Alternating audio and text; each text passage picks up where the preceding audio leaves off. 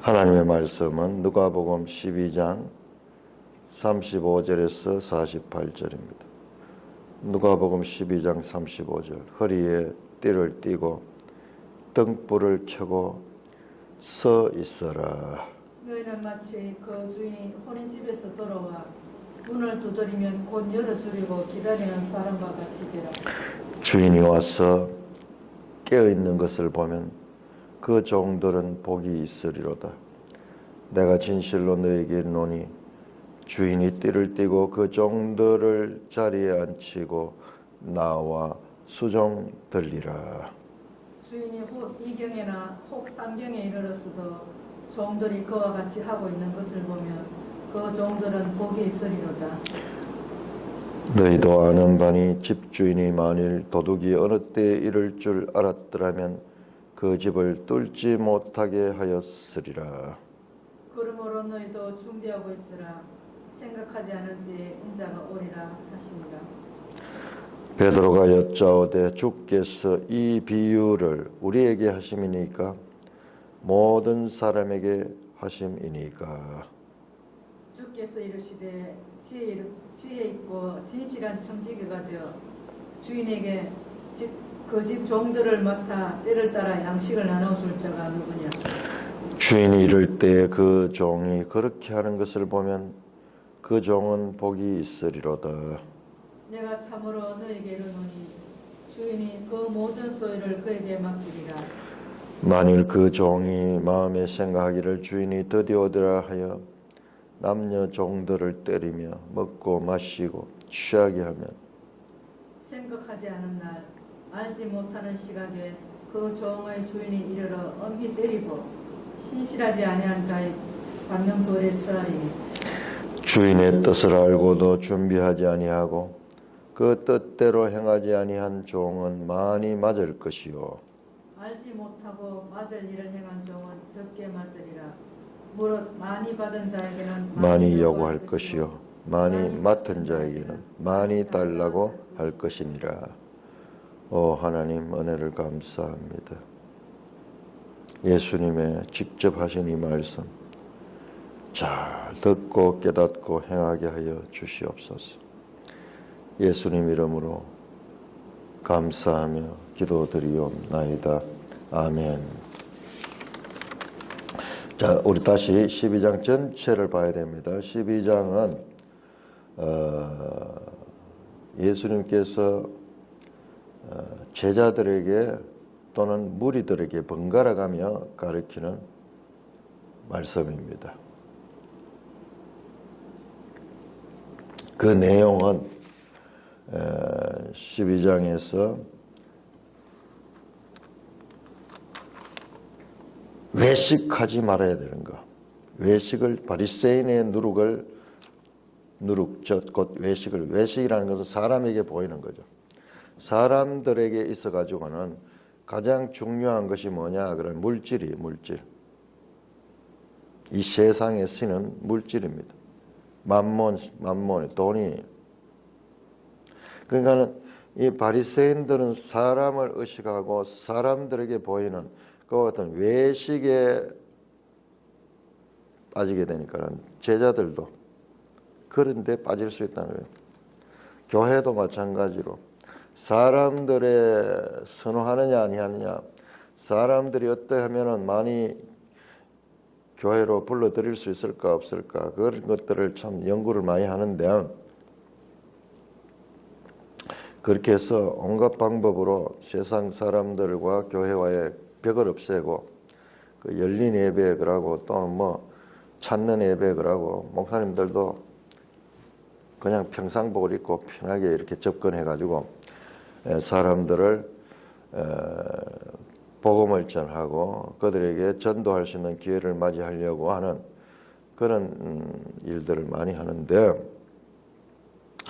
자, 그거 중요하죠. 그러다가 우리가 사람들에 너무 의식하다 보면 그 사람들에게 맞춰주다가 보면은 주님의 진리의 말씀들을 바르게 전할 수 없다는 거예요. 그 사람들을 불편하게 하는 말을 할 수 없고, 그러니까 오늘날 교회에서 죄라든지 심판이라든지 징계라든지 뭐 이런 말씀들이 거의 사라져 버리죠. 일주일에 한 번 힘들어서 세상 가운데 힘들어서 교회 왔는데 위로하고 달래주고 그들에게 즐거움을 주고 뭐 이런 쪽으로만 하면서 바른 진리를 가르치 않습니다. 마치 주일학교에서 분반 공부 시간에 교사가 학생들을 가르치려고 하니까 교사가 화를 내. 교사가 아니 애들이 학교를 일주에서 학교에서 공부한다고 찌들어 왔는데 교회에서 또 공부냐고 그런 이야기. 그 학생들을 위한다고 자기는 생각하는 거예요.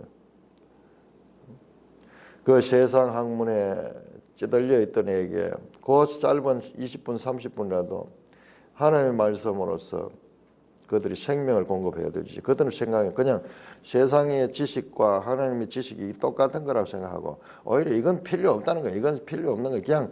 그냥 분반 시간이나 이런 것들은 그냥 그냥 있는 거지. 그거 뭐 내용 없다는 거예요. 그래서 시간만 되면 들고 나와가지고 뭐 카페에 가가지고 하고 뭐 통닭도 사주고 뭐 그러면서 그 애들하고 친하고 그 애들 마음을 이해해 준다고. 물론 그런 면이 없진 아니에요. 그렇지만은 친애가 뭐 할 건데 하나님 말씀을 전해주지 아니하면은 아무 의미 없어요. 뭐 그 아이를 이해하고 뭐 그렇게 하더라도 말씀은 그 가르치는 시간은 그걸 희생해서는 안 되는 거죠. 그러니까 우리가 자세히 보면은 본질적인 것과 비본질적인 것을 구별하지 못하는 거예요. 비본질적인 것을 본질적인 것으로 대신해 버리는 거예요. 본질적인 게 있고 비본질적이 없는 거는 문제가 없지만은 비본질적인 것만 있고 본질이 없으면 그건 아무것도 안 거예요.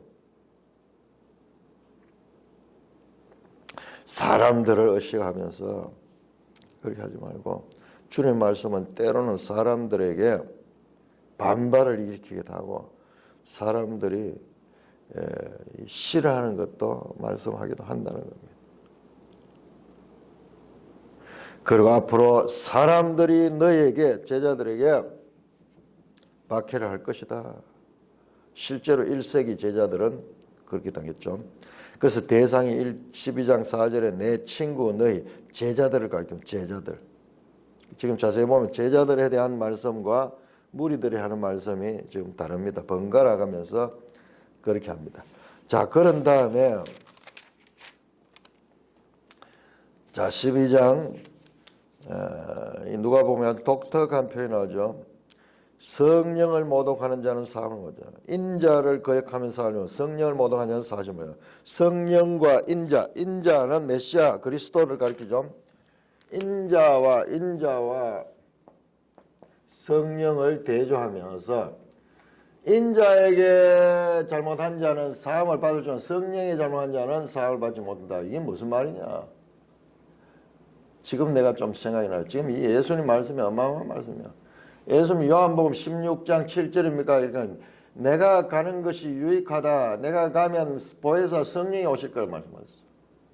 그러니까 인자의 시대와 그리고 성령의 시대를 아시는 거예요. 인자의 시대는 이 세대 지금 현재 예수님 살아있던 그 당대를 가리키고 이 성령은 이 세대뿐만 아니라 지금 현재도 와 있을 뿐만 아니라 예수님이 성천하신 후에도 이 땅에 계속 있는 부분. 그러니까 앞으로 하나님의 구원사역의 주체가 성령이라는 거예요. 다락방 강화에서 예수님께서 성령에게 자기를 양보한다. 내가 가는 게 유익하다. 내가 계속 이 땅에 머물러 있는 것이 유익한 것이 아니다. 내가 가는 것이 유익하다. 그래서 참으로 성령이 강림하시죠. 그러니까 누가가 이걸 분명히 알고 있는 거예요. 누가는 누가행전, 누가복음과 사도행전을 통해 가지고 이게 일관되게 지금 엮어진 거예요. 이때 이야기했던 성령이 오직 성령이 너에게 임하시면 너희가 권능을 받고 성령이 내주하시고 성령이 우리의 삶을 지배하시고 이끌어 가시는 이 성령과의 관계가 잘못되면 영혼이 멸망에 갈 수 없다. 지금 살아있는 예수님을 부인했다가도 그가 회개하면은 성령으로 회개하면은 그는 구원받을 수 있지만 사도 바울 같은 사람도 그랬죠. 예수님을 심지어 예수님을 따른 자를 죽이려고까지 했던 사람인데 그가 성령으로 변화받고 그가 성령의 지배를 받는 사람이 되어서 성령을 가리키는 사람인데 성령이 무엇인가? 자, 그러니까는 참 대단하죠. 지금 엄청난 이야기예요. 우리가 이 뜻을 제대로 알 수 있느냐 이 말이에요. 뜻밖의 인자와 성령을 대조하며 인자보다 더 성령을 강조된다. 예수님 살아계실 때 그를 박해했을지라도 믿지 않았을지라도 그러나 성령이 그 사람을 역사함으로 말미암아 그들이 구원의 길로 갈 수 있게 되는 것을 말씀합니다. 자, 그 다음에 12장 13절 이제 어떤 사람이 유산 문제로 예수님 왔을 때 예수님께서 여기서 물질을 이야기해요. 물질. 그래서 물질에 대해서 그리스도인들은 물질을 주인으로 삼아서는 안 된다. 물질은 하나님의 통치 안에 사용되는 너희 물질 필요한 거 하나님 다 아신다. 그러므로 하나님을 우선하고 물질을 하나님의 자리에 두지 말라는 말씀을 하는 것입니다. 이 물질 문제에 대해서 이 제자의 삶을 사는 데 있어서 이 물질 문제는 너무나 중요하기 때문에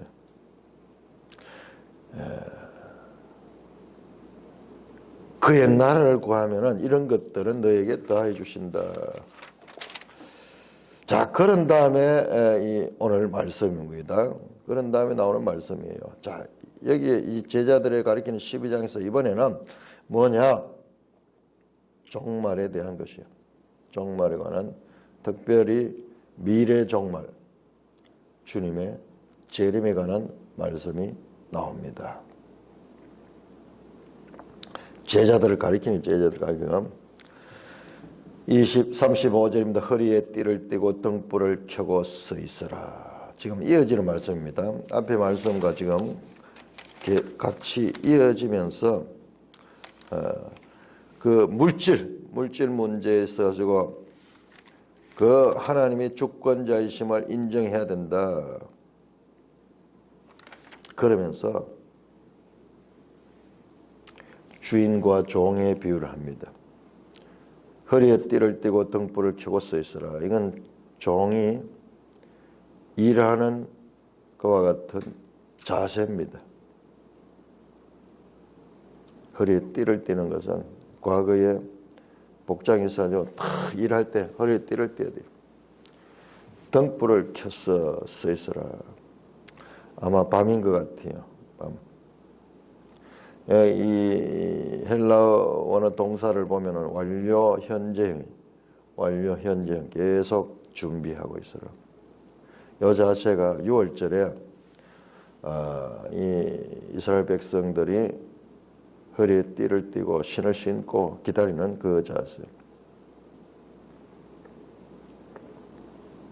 너희는 마치 그 주인이 혼인집에서 돌아와 문을 두드리며 곧 열어주고 기다리는 사람같이더라. 과거에 참 이랬죠. 시계도 없고 뭐 이럴 적에 그리고 전화도 없으니까는 주인이 언제 올지 몰라요. 혼인집에 갔으니까 잔치집 멀리 있는 친척이라든지 멀리 있는 지인의 잔치집에 축하하러 갔다가 이제 먼 길을 돌아서 이제 돌아오시는데 뭐 연락할 방법이 없죠. 그래서 언제 돌아올지 오셔가지고 문을 두드리면은 깨어있기 때문에 준비하고 있기 때문에 곧 기다렸다가 문을 열어줄 수 있는데 그러면은 주인이 그 종을 인정하겠죠. 주인이 와서 깨어있는 것을 보면 그 종들은 복이 있으리로다. 이 주인이 올 때까지 종들이 자지 않고 그 주인을 기다리면서 있었다. 그 주인이 얼마나 기뻐하겠어요. 그 종들은 복 있는 자들아. 예수님은 지금 주인과 종의 비유를 하면서 지금 암시적으로 자신이 주인이라는 것을 지금 말씀합니다. 누구? 하나님 나라의 주권자시다. 하나님 나라의 주권자시라는 것입니다.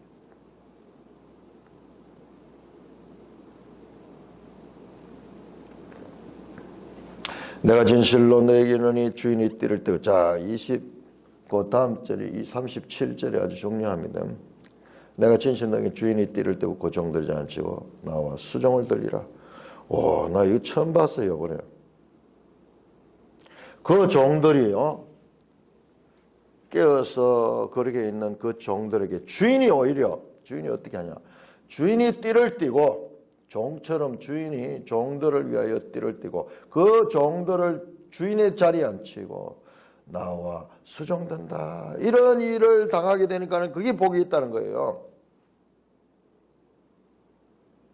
이거 전에 본 적 있어요? 기억나십니까? 이런 말씀 처음 보죠? 처음 봤어요. 그럼 우리 성경을 어떻게 읽어야 되느냐? 늘 읽으면서도 이거 못 봤어요. 이거 반대되는 말씀은 기억이 나요. 반대되는 말씀이 기억납니다. 자, 우리 누가복음 17장 한번 볼까요? 17장. 매일 성경 없습니다. 누가복음 17장. 매일 성경 이번에 누가복음 16장까지 나옵니다. 17장 7절에서 우리 이 말씀만 기억하고 있으니까는 이 말씀 정반대의 말씀이에요. 17장 7절에서 10절. 너희 중에 누구에게 밭을 갈거나 양을 치거나 하는 종이 있어 종이 하루 종일 밖에서 일하다가 밭에서 돌아오면은 아이고 피곤하다 그리 힘든데 그들은 곧 와 앉아서 먹으라 할 자가 있느냐. 자기 종이 막 힘들다 해가지고 앉아라.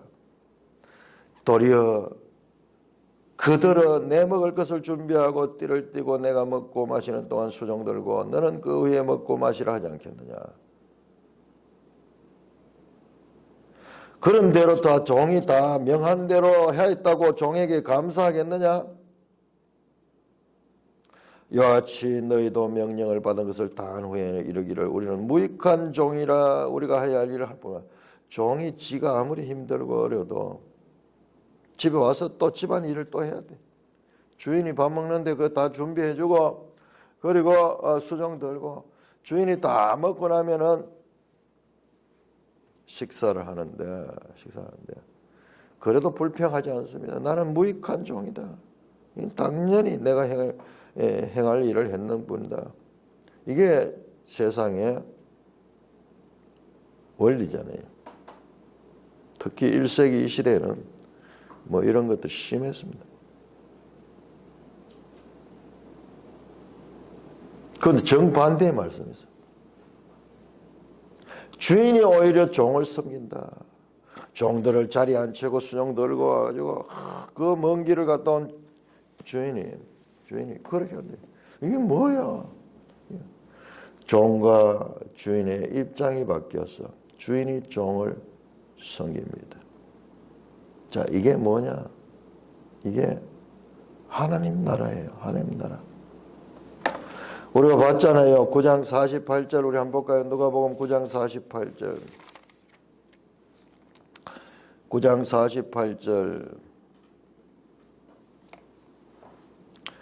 누구든지 내 이름으로 이런 어린아이를 영접하면 곧 나를 영접하면 누구든지 나를 영접하면 곧 나 보내시는 너희 중에 너희 모든 사람이 가장 작은 그가 큰 자 아니라 이 천국의 질서와 이 세상 질서가 반대돼요. 무능하고 약한 자가 섬김을 받고 높임을 받고 작다고 자신을 작다고 하는 자가 큰 자고 오히려 세상에서 자기를 확대하고 자기를 이 높임을 받고자 하는 그 자가 어리석은 자고 작은 자다.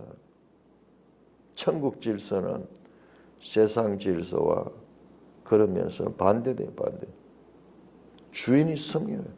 주인이 기쁨으로 섬기는 거예요. 주인이 기쁨. 그 주인이 섬김 그 자체에서 기쁨이 있는 거예요. 우리 세상에서도 이런 거 좀 맛볼 수 있죠. 섬김을 통해서 기뻐하는 상대방이 이 기뻐할 일을 생각하고 자신이 힘이 들더라도 그렇게 이 부모의 마음, 어머니 마음, 그런 마음을 이 세상에서 조금 우리가 맛볼 수 있죠.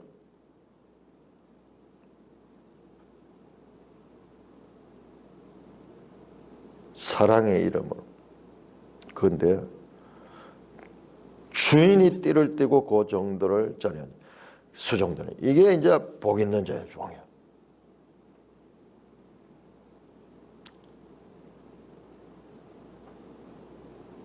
예, 천국의 질서가 바로 이와 같은 거예요. 역설적인 것, 역설적인 것. 이 땅의 질서와 뒤집어지는 그와 같은 예수님 말씀 가운데 그런 말씀을 여러 번 했는데 너희 중에 크고자 하는 자는 작은 자다. 너희 중에 큰 자는 섬기는 자다.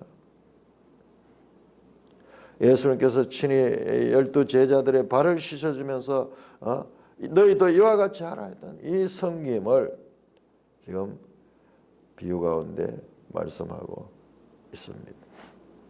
아마 이거는 복음서 가운데서도 여기밖에 안 나올 거예요. 우리가 누가복음 1장 2절 3절 보면은 누가가 이 책을 어떻게 기록했는가 다른 사람들이 썼는 걸 자세히 살펴가지고 자기 나름대로 다시 재편집했어요. 그래서 마태복음과 어떤 것들이 이 말씀이 다르게 나와요. 그 같은 내용인데도 그 이 장소가 다른 장소에서 나오는 것 같은 그런 거 편집했는 거예요. 나름대로 자기가 이걸 묶었어요. 묶어가지고 그렇게 말씀. 그러면서도 누가만 가지고 있는 독자적인 자료들을 가지고 또 이 글을 썼어요.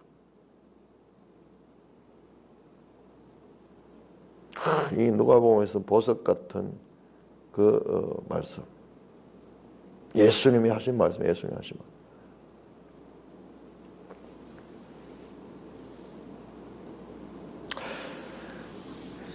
38절입니다.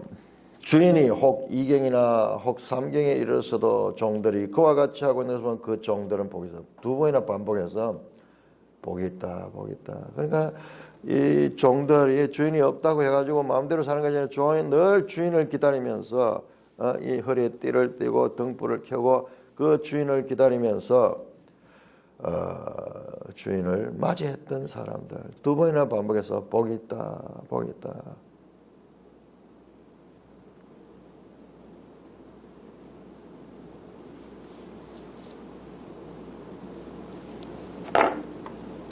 세 번이나 또 반복하네요. 뒤에 또 나오네요. 또. 자, 복이 있다, 복이 있다. 이거는 극찬이죠. 앞에 나왔던 화 있다, 화 있을진저, 화 있을진저 율법사와 바리새인에게 주신 그 말씀과 완전히 대조되는 큰 구조로 보면은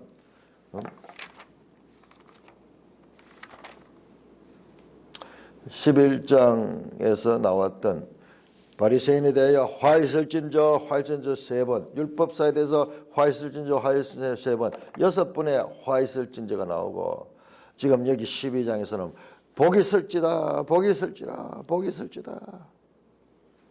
지금 3번 연거푸 나옵니다. 자, 그리고 너희도 아는 바니 집주인이 만일 도둑이 어느 때에 이를 줄 알았더라면 그 집을 뚫지 못해. 이건 좀 다른 내용 같아요. 주인 나오지만 앞에 나오는 주인하고 달라요. 집주인이 도둑이 올 때 도둑이 언제 온다고 알았으면은 그 집을 뚫지 못하게 도둑을 방지할 수 있었죠. 그러므로 너희도 준비하고 있으라. 생각지 않은 때에 인자가 오리라. 주인이 돌아오는 그 혼인집에서 돌아오는 그것을 말씀하시면서 그 인자가 도둑같이 올 테니까는 그러니까 준비하고 있어야 된다. 늘 준비하고 주인을 기다려야 된다. 기다려야 된다. 그러면서 인자가 오리라. 이건 주님의 재림의 때를 지금 말씀하는 거예요. 주님의 재림의 때를 말씀합니다. 지금 초림 예수님께서 이제 예루살렘을 올라가시면서 이제 자신의 재림할 때를 지금 가리키고 있는 것입니다.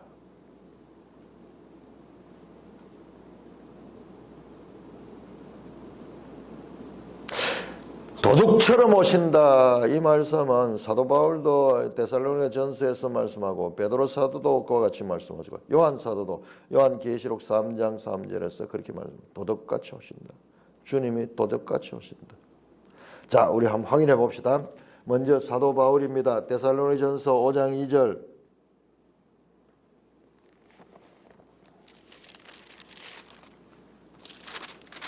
데살로니가전서 5장 2절 형제들아 때와 시기에 관해서 너에게 쓸 것이 없으면 주의 날이 밤에 도둑같이 이를 줄 너희 자신이 자세히 알기 때문이다. 그들이 평안하다 안전하다 할 그때 임신한 여자의 해산의 고통이 이름같이 멸망이 갑자기 그들에게는 결코 피하지 못하다. 사도 바울도 주님의 재림이 도둑같이 이른다는 말씀하는 거예요. 그러니까 이 사도 바울의 말씀이 어디 나와? 주님의 가르침에서 나온 거예요. 또한 대사도 베드로 사도의 말씀을 한번 볼까요? 베드로 사도 베드로후서 3장 16절.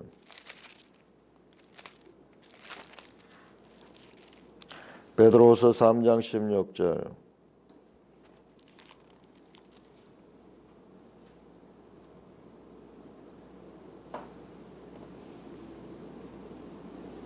(3장 10절) 그러나 주의 날이 도둑같이 오니 그 날에는 하늘이 큰 소리로 떠나고 물질이 뜨거운 물에 풀어지고 땅과 그 중에 있는 모든 일이 드러나라. 주의 날이 도둑같이 온다. 사도 요한 계시록 3장 3절. 요한계시록 3장 3절. 그러면 네가 어떻게 봐서 어떻게 들은지 생각하고 지켜 해결하라. 만일 일깨우지 않으면 내가 도둑같이 이르니 어느 때에 이를지 네가 알지 못하리라. 참 이 대표 사도들이 이 바울 사도, 베드로 사도, 요한 사도가 한결같이 주의 재림은 도둑같이 임한다고 말씀해요. 그게 어디서 나왔느냐? 바로 예수님의 직접 하신 말씀에서 기인되었다 하는 것을 알 수 있습니다. 주인이 언제 집주인이 귀가할지 예측할 수 없습니다. 주님의 재림의 때는 그 시간을 알지 못한다는 것이 가장 특징적인 것이다. 이 알지 못하게 하심이 하나님의 지혜라는 거예요. 하나님의 지혜. 알면 오히려 덕이 되지 못하기 때문에. 그러므로 누구든지 어느 시대든지 자신의 시대에 주님이 재림이 올 것 같은 생각을 가지고 주인을 기다리며 준비하며 허리에 띠를 띠며 주인이 맡긴 일들을 충성스럽게 해야 되는 거예요. 41절입니다. 베드로가 여짜오되, 자, 이 비유를 듣고 베드로가 여짜오되 이 비유를 우리에게 하십니까? 모든 사람에게 하십니까? 제가 말씀드렸죠. 누가복음 12장은 그 대상 청자가 제자들일 때도 있고 무리들이 될 때도 있고, 여기 결론 나오는 거예요. 이 비유를 우리에게 하십니까? 제자들에게 합니까? 아니면 모든 사람 무리들을 향하여 하시는 겁니까? 그 질문에 대한 예수님의 답은 주께서 이르시되 지혜 있고 진실한 청지가 되어 주인에게 그 집 종들을 맡아 때를 따라 양식을 나눠줄 자가 누구냐. 이 말씀 속에는요, 베드로에 대한 질문에 대한 답변이 있습니다. 제자들이 하는 일, 제자들. 집주인이 부재 시에 다른 종들에게 음식을 나눠주는 책임을 맡은 종을 누구냐? 바로 그 제자들이, 제자들. 너희를 향하여 하는 거다. 다른 사람들에게 때를 따라 그 종들에게 양식을 나누죠. 그들이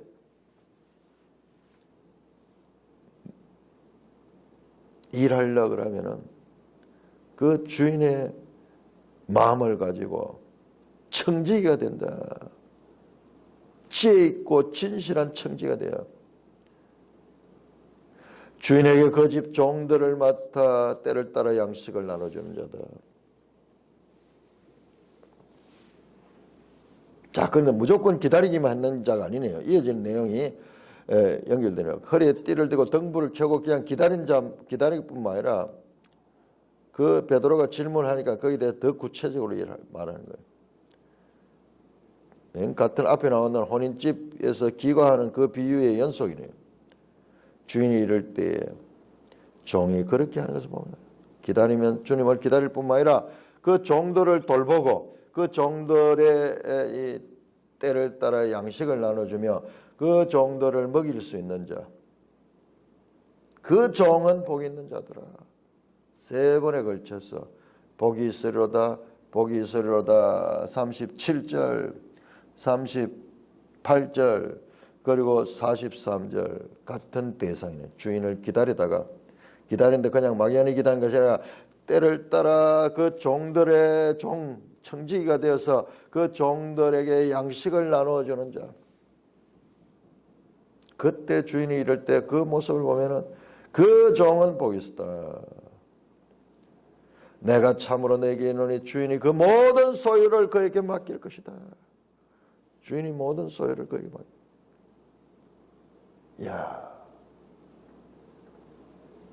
주인이 그 모든 소유를 그에게 맡기네. 진실한 청지기가 되어서 그 집 종들을 어떻게 하냐, 때를 따라 양식을 나눠주고,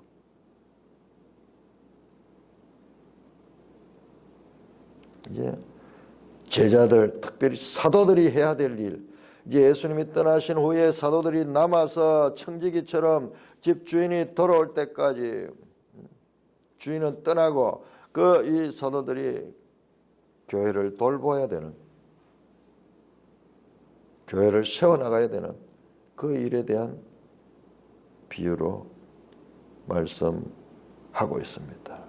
그 종은 복 있는 자다. 참 복 있는 자들이죠. 이게 우리에게 하십니까? 제자들에게 말하면 이 제자들이 지금 이 말씀대로 복을 받았잖아요. 사도가 12사도가 되고, 그래서 이 교회 지도자가 되고, 오늘날까지도 참으로 사람으로 이 땅에 태어났던 가장 복 있는 자들이 사도들이잖아요. 살아서 주님과 함께하며 그 주님의 가르침을 받고 주님의 일을 감당하며 교회의 기초를 세우는 그 일을 했으니까 3번이나 걸쳐서 복이 있다.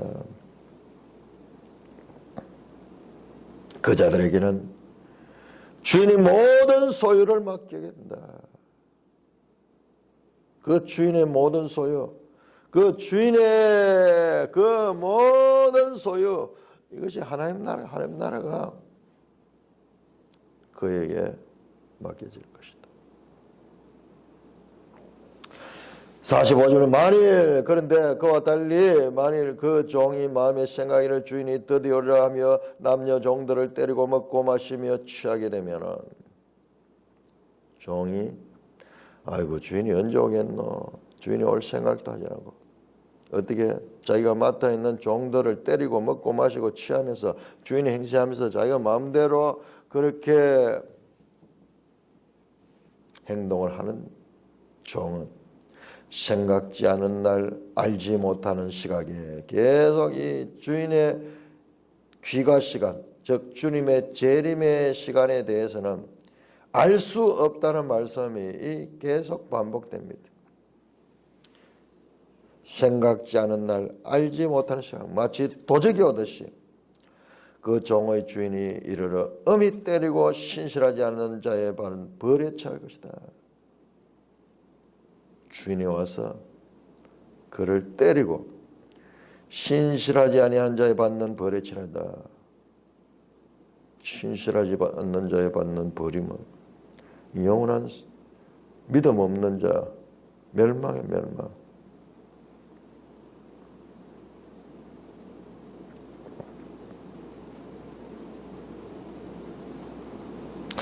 자, 그러면서 47절에 예수님 말씀하십니다. 주인의 뜻을 알고도 준비하지 아니하고 그 뜻대로 행하지 아니한 종은 많이 맞을 것이요. 자, 여기에서 결론이 그 종들, 신실한 종들, 기다리고 그 해야 할 일들을 잘 했던 종들은 복이 있는 자들이고, 그 다음에 지금은 이건 반대예요. 그렇지 않는 자들, 종이 맡은 일들을 제대로 하지 않고 막 그러게 된 자는 누구냐? 47절 주인의 뜻을 알고도 준비하지 아니하고 그 뜻대로 행하지 아니한 종은 많이 맞을 것이다. 알지 못하고 맞은 일을 행한 종은 적게 맞으라.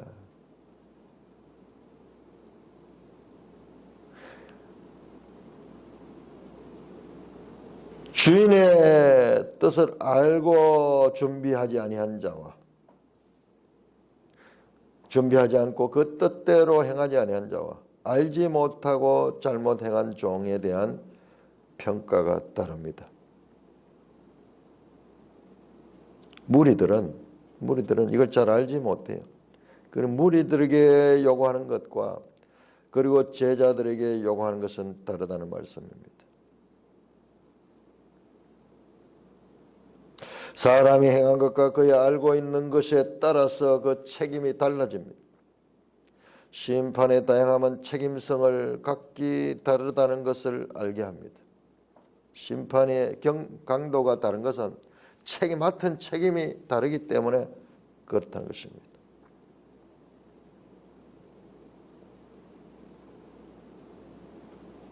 많이 받은 자에게는 많이 요구할 것이요 적게 받은 자는 적게 요구한다는 것입니다. 본문은 신약 성경의 근본적인 두 가지 주제를 하나로 묶고 있습니다. 첫째로 주의 재림, 그리고 주의 재림을 지키는 자는 성실한 청지기의 직분을 행해야 할 것을 가르치고 있습니다. 자, 49절부터 12장 49절부터 59절까지 교독하겠습니다. 계속 이어지는 말씀입니다.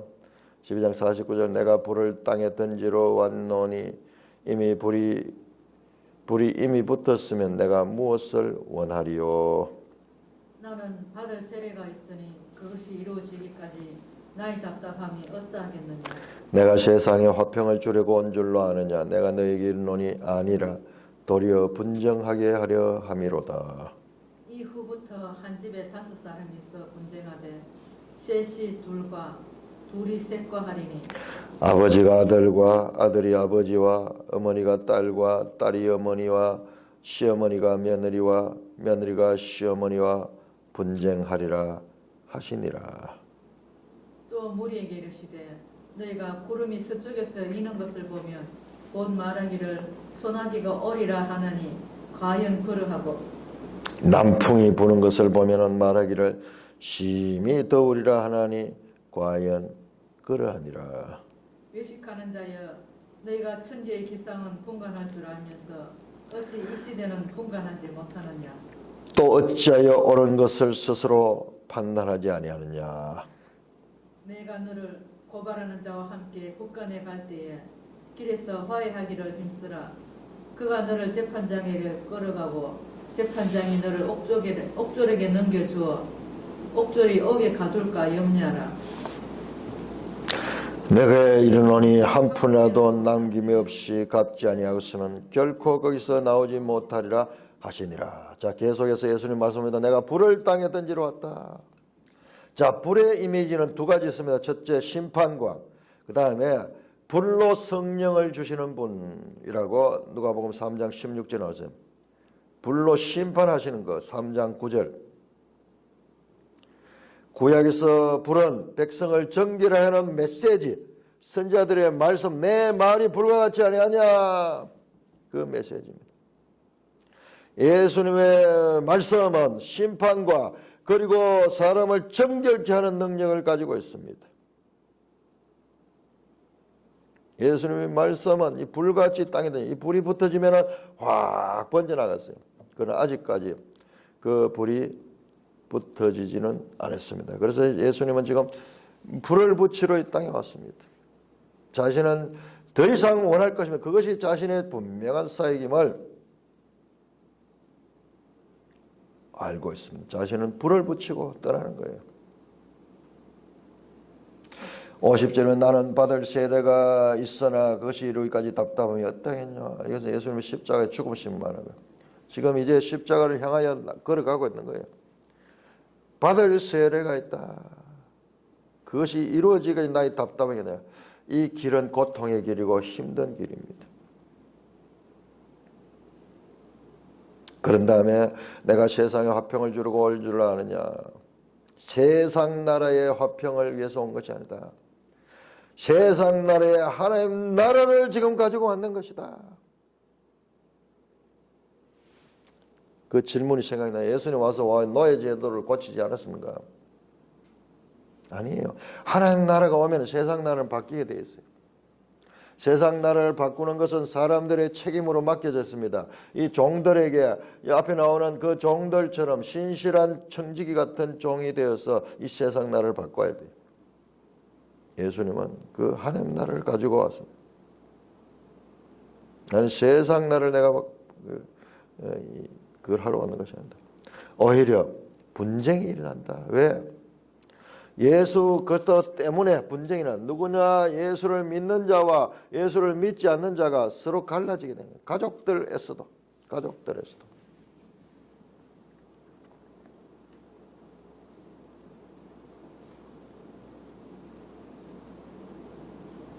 가장 가까운 가족들에서도 예수를 믿는 자와 그렇지 않는 자. 선명하게 예수 그리스도를 믿을 때 이와 같은 세상에 지진이 일어나는 것이 세상 나라, 그냥 안전하게 세상 나라 질서밖에 없었는데 이 하나님 나라 질서가 들어오니까는 이 세상 나라와 충돌이 되면서 거기에서 지금 큰 충돌이 일어납니다. 이 말씀은 미가서 7장 6절을 인용하여 하시는 말씀입니다. 자, 그리고 54절 또 무리에게 이르시되, 자, 무리에게 청자가 무리입니다. 이제는 제자들을 위하여 말하는 거지. 앞에까지는 제자들을 위해서 말씀했어요. 무리에게 너희가 구름이 서쪽에서 이런 것을 보면 곧만을 손하게 오려 하느니 과연 그러하고. 자, 서쪽이 어딥니까? 서쪽이 지중해잖아요. 지중해에서 구름이 오면은 비가 오고, 그 다음에 남풍이 분다. 남쪽은 유다 광야거든요. 저 시나이 반도 저 애굽에서 올라오는 그 광야, 거기 오면은 날씨가 덥다. 딱 이 바람과 그리고 이 구름의 모양을 보고 오늘 날씨가 어떨 것인가를 예상하는데 너희 예상이 맞다. 과연 그러하다. 그러면서 56절 외식하는 자여, 그렇게 말해요. 외식하는 자여. 자, 12장은 외식한 바리새인들의 외식에서 시작됩니다. 외식 제가 말씀드렸죠. 사람들에게 보이려고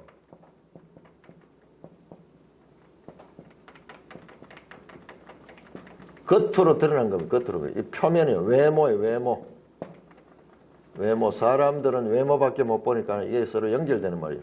외식한다는 것은 사람을 의식하는 거죠. 사람을 의식하는 건 사람들은 외모밖에 못하니까 이 외모를 드러내는 거예요.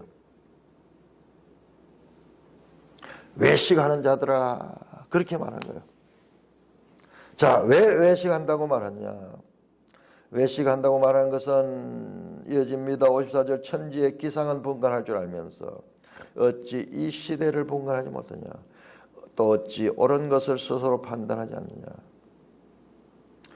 눈앞에 보이는 오늘 날씨가 어떨 것이라는 것을 분간할 줄 알면서 그보다 더 중요한 거, 이 시대가 어떤 시대인가?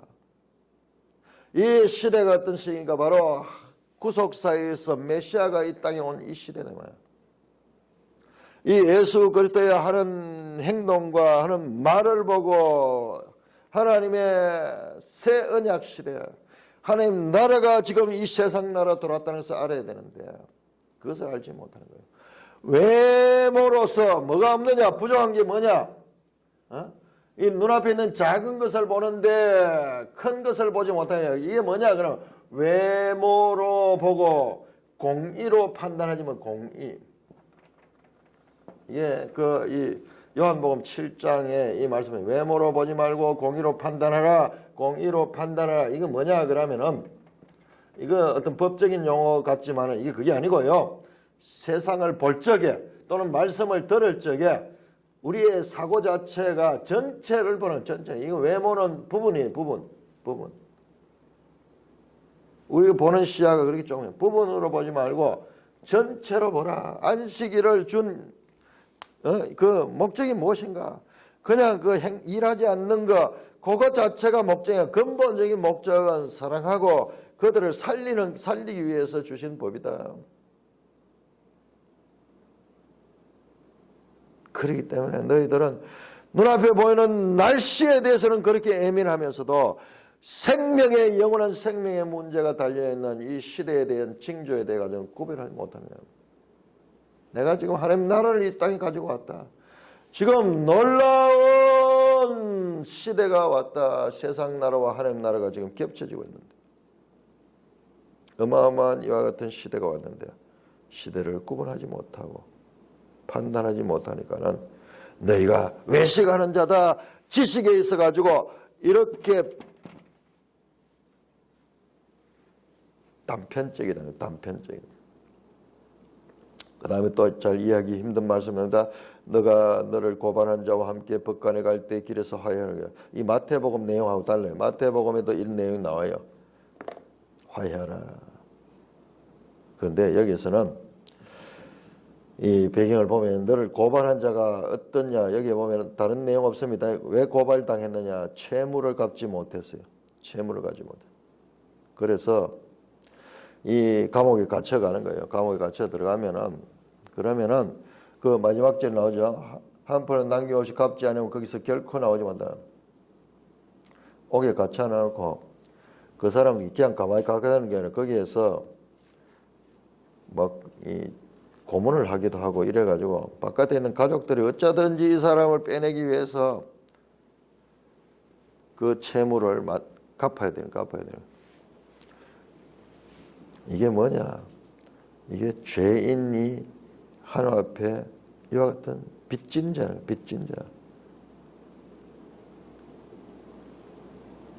그래서 고발한 자와 함께 갈 때 길에서 화해하기를 힘써라. 영원한 심판을 받기 전에 이 땅에서 예수 그리스도를 믿고 그 화해를 받아야 된다. 그와 같은 화해가 없으면은 이 시대에 너희가 화해받지 못하면은 그가 너를 재판장에 끌어가며 재판장은 옥졸에 넣어 옥에 가두게 된다. 그래서 한 푼이라도 남김없이 갚지 아니하고는 거기서 결코 나오지 못하기 때문에 너와 너 가족들이 당할 고통이 얼마나 큰지 모른다. 그러므로 길에서 화해해라. 길에서 화해해라. 죄 사함을 받고 바로 이 하나님의 자녀로서 사죄함을 받는 회개를 하라고 말씀하는 그런 내용으로 이어지고 있는 것입니다. 물질에가 12장에서 외식하지 마라. 물질에 가해서 너희가 물질의 종이 되지 마라. 그리고 이제 주님이 곧 재림하신다. 그 주님을 기다리는 자가 되라. 그리고 이와 같은 엄연한 사실 앞에 현재적으로 네가 살아있는 이 길에서 하나님과 화해하라. 회개하고 예수 그리스도를 믿고 영원한 형벌에 처하는 스스로 갚을 수 없어서 영원히 형벌을 받을 수밖에 없는 그와 같은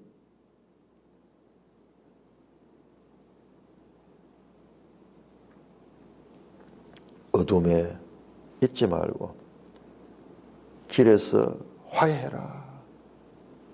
돌이킬 수 없는 그 영원한 심판에 가기 전에 살아있을 적에 화해하고 회개하고 예수로 말미암아 그 모든 것을 네가 갚을 수 없는 것을 주님이 갚아주는 그와 같은 대속을 받을 것을 말씀하고 있는 것입니다.